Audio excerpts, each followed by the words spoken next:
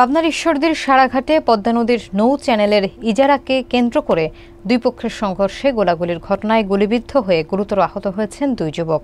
এই নেক্কারজনক ঘটনার প্রতিবাদে আজ ক্যানেলপাড়া এলাকায় নদীপাড়ের সাধারণ মানুষ এবং ব্যবসায়ীরা মানববন্ধন কর্মসূচি পালন করেন। মানববন্ধনে দাঁড়িয়ে গুলিবিদ্ধ সজীব ও নিজামের পরিবার এবং স্বজনরা অঝরে কেঁদেছেন। তারা প্রশাসনের চরম অবহেলা ও ব্যর্থতার কথা উল্লেখ করে নিন্দা জানান। একই সাথে অপর পক্ষের সন্ত্রাসীদের এমন কর্মকাণ্ডে নবাগত উপজেলা নির্বাহী কর্মকর্তা মোহাম্মদ মনিরুজ্জামানের মদত রয়েছে এমন অভিযোগ তুলে তার অপসারণের দাবি জানিয়েছেন ভুক্তভোগী পরিবার ও এলাকাবাসী। বিস্তারিত দেখুন রাকিব বিশ্বাসের প্রতিবেদন।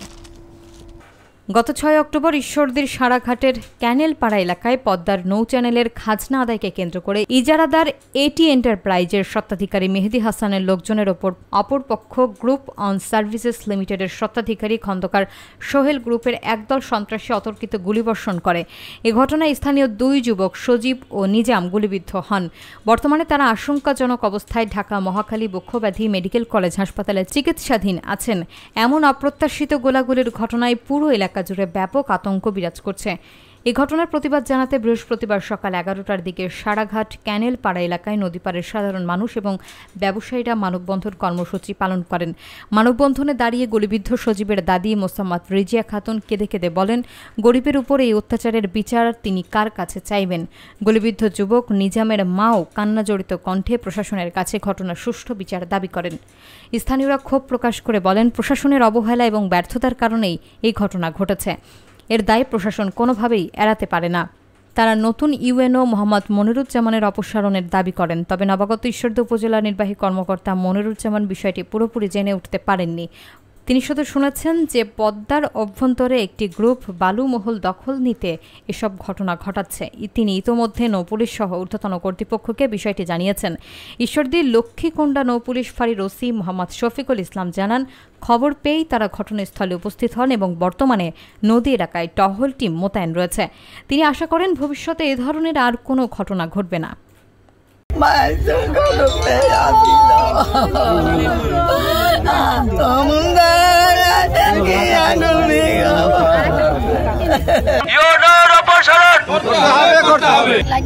মা আমি না আমার গুলি লাগছে তো বাড়িতে কে ধরবো, সবাই পিছনে তো সামনের মানুষ ধরে পড়ে যায়। কি বয়ে বললো কি হয়েছে, ধরলে পড়ে যায়।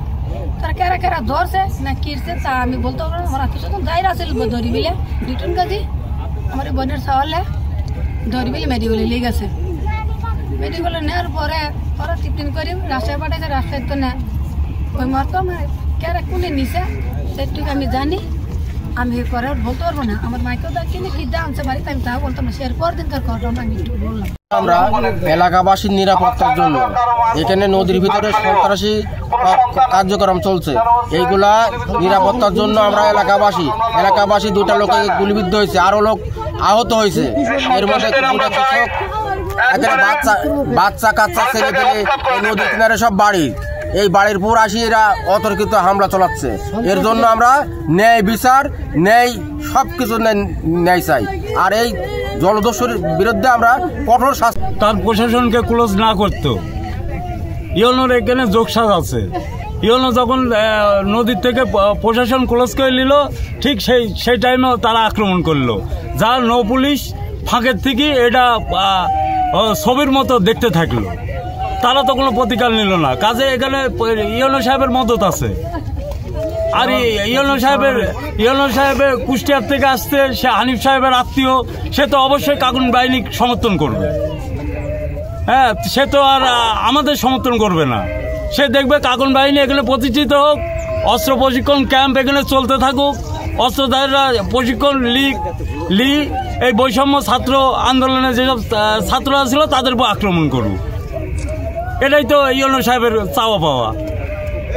কারণ এই ইউনো থাকলে এখানে আমাদের আরো দুর্যোগ আছে, কাগন বাহিনী আরো তৎপর হবে। দিনমজুরি লোক হঠাৎ করে আমরা এরকম গুলি বারুদের আওয়াজ শুনি, আমরা তো সব আতঙ্কিত। এখন কোথাকার লোক যেন আসি এত ফায়ার করে, আমরা থাকা খুব আমাদের মুশকিল। ঘরের টিন মিন পুরো ঝাঁঝরা হয়েছে, দেখলে অনেকজন মাথা খারাপ। এমন অবস্থা, আমরা দিনমজুরি খেটে খাওয়া মানুষ, আমরা খুব কষ্টতে বাস করি। আমরা শান্তি হালে বাস করতে চাই। কোথায় থেকে ডাকাতের দল এসে এরকম লুটপাট করে গরু ছাগল লুট করে নিয়ে যায়। আমরা এগুলা গরু ছাগলটা একটু শান্তি হলে বা পালতে চাই, যেন এগুলা না হারায়, জোর জবত করে না নিয়ে যায়।